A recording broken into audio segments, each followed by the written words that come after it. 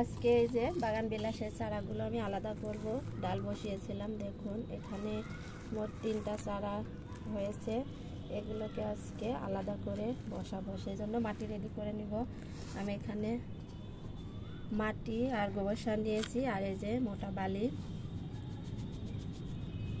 এগুলো প্রথমে মিক্স করে নিব।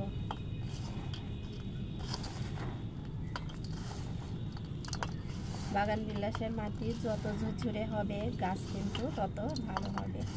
এই গাছ কিন্তু পানি একদম পছন্দ করে না, পানি যত কম দেওয়া যায় তত ফুল বেশি হয়।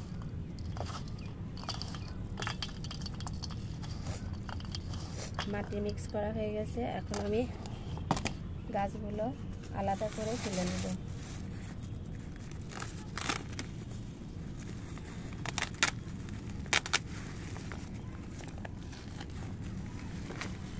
এই সাইডে 2টো গাছ আছে,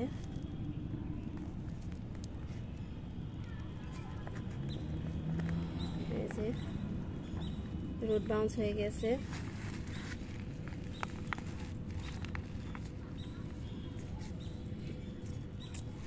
মাটি ঝুরঝুর করে ঝরে গেল।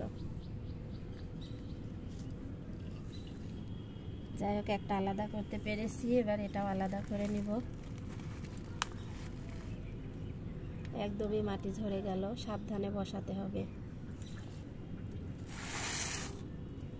আমি এখানে টব নেই বলে এই যে এই বাসনটায় বসাবো।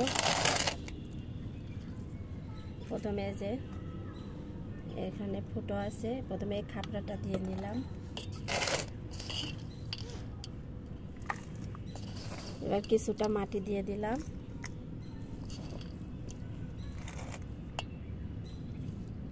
এবার গাছটা আলতো করে বসিয়ে দেব।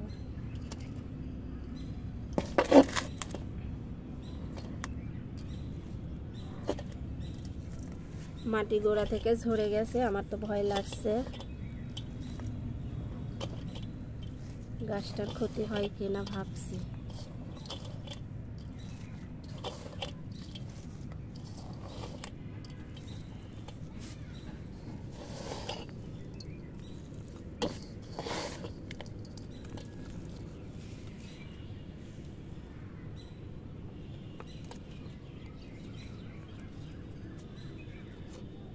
একটা বসানো হলো, আর একটা বসাবো এই যে ব্যাগে। এটাকে একজনকে গিফট করতে হবে এই গাছটা। এই গাছটার মাটি ঠিক আছে।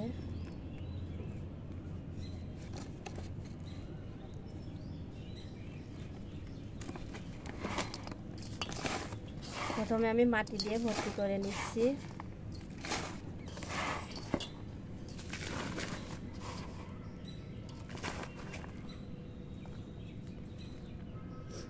এবার গাছটা বসিয়ে দেব। এগুলো হচ্ছে আমার দেশি বাগান বিলাস গাছ।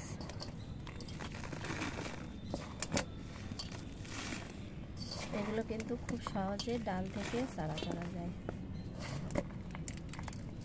আমি যখন ডালের কাটিং করেছিলাম তখন এই ডালগুলো বসিয়ে রেখেছিলাম। দেখুন মাশাআল্লাহ কি সুন্দর চারা হয়েছে।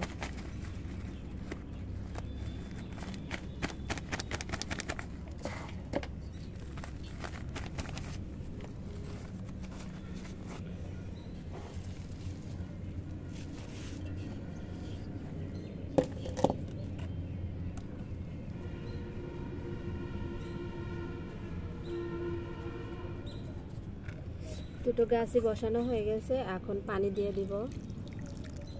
পানি দিয়ে কমপক্ষে 1 সপ্তাহ আমি ছায়া রাখবো, যেহেতু এই গাছটার মাটি সব ঝরে গিয়েছিল গোড়া থেকে, কোনো রিস্ক নিতে চাচ্ছি না। এবার এটাতেও পানি দিয়ে দিব।